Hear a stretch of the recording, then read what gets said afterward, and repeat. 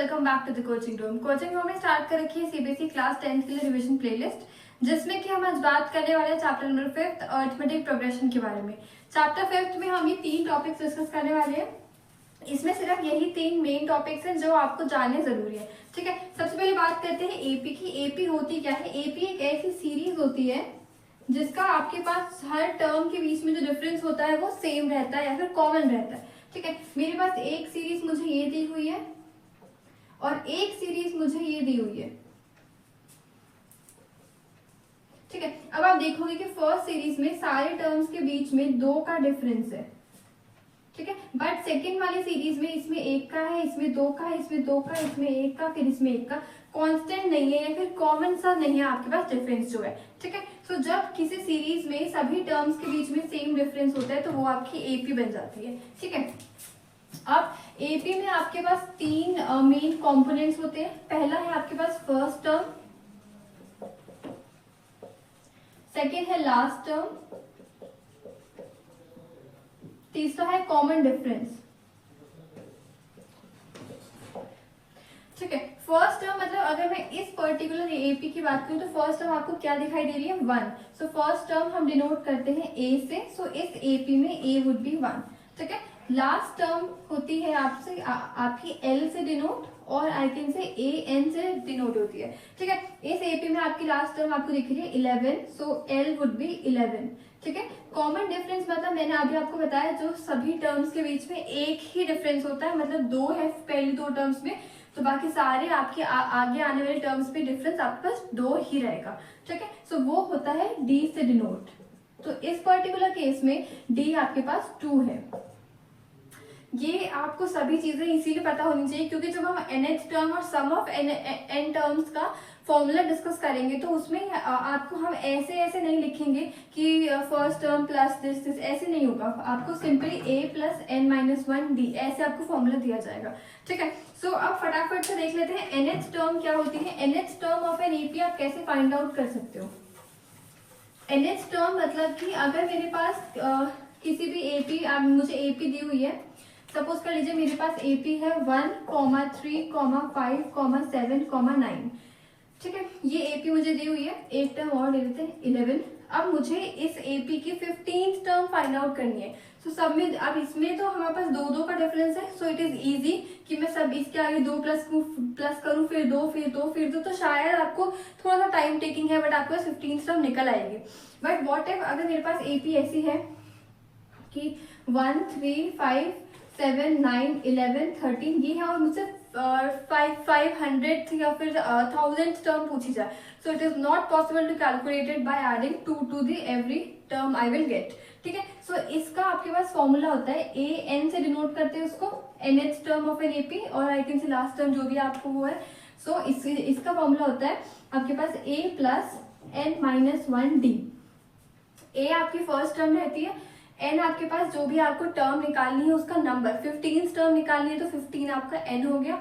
ठीक है, and D आपके पास कॉमन डिफरेंस होता है। ठीक है, अब इस एपी की अगर हम 10th टर्म निकाल लेते हैं, ओके 1, 2, 3, 4, 5, 6 टर्म्स हमें दी हुई है। 7th टर्म क्या होगी वो इसमें हम ऐसे फाइंड आउट कर लेते हैं, फिर हम +2 कर लेंगे। ठीक है, सो आपके पास 7th टर्म यानी कि A7 होगा, ए प्लस एन माइनस 1 डी। ए क्या दिया होगा आपके पास 1, एन क्या दिया हुआ है 7 माइनस 1, डी क्या है 3 माइनस 1 2। ठीक है, सो 1 प्लस 6 इंटू 2 1 प्लस 12, आंसर आ गया आपके पास A7 का 13। अब मैं इस एपी में देखूं तो सबके बीच में 2 का डिफरेंस है। 11th आपकी 16th टर्म है, जो 11 है वो 6th टर्म है। अगर मुझे 7th टर्म निकालनी है तो 2 प्लस करना पड़ेगा, तो 11 प्लस 2 आपके पास आंसर आ गया 13।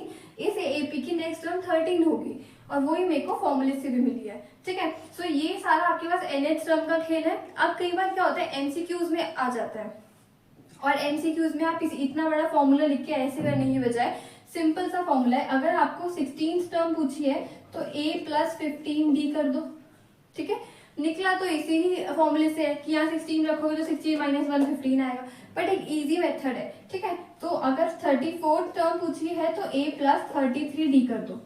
ठीक है, सो ये एनएच टर्म का आपके पास यही एक ही फॉर्मूला है, a plus n minus 1 D.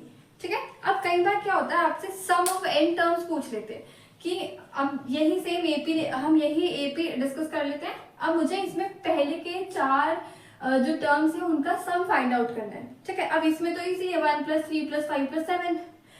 कई बार अभी सेम एपी में मान लो 78 टर्म पूछ ली, 78 टर्म तक के टर्म्स का सम फाइंड आउट करना है। सो वो बहुत मुश्किल है कि हम पहले सारे टर्म्स निकालें और फिर हम उनका एडिशन करें, ठीक है। सो सम ऑफ n टर्म्स के लिए आपके पास 2 फॉर्मूले होते हैं। जो पहला फॉर्मूला मैं आपको बताने वाली हूँ वो हम डिस्कस करने वाले हैं जब हमारे पास कॉमन डिफरेंस हमें पता हो, ठीक है। सो 2 फॉर्मूले क्या है, Sn क्या होता है, n/2 2a + n-1d, ठीक है।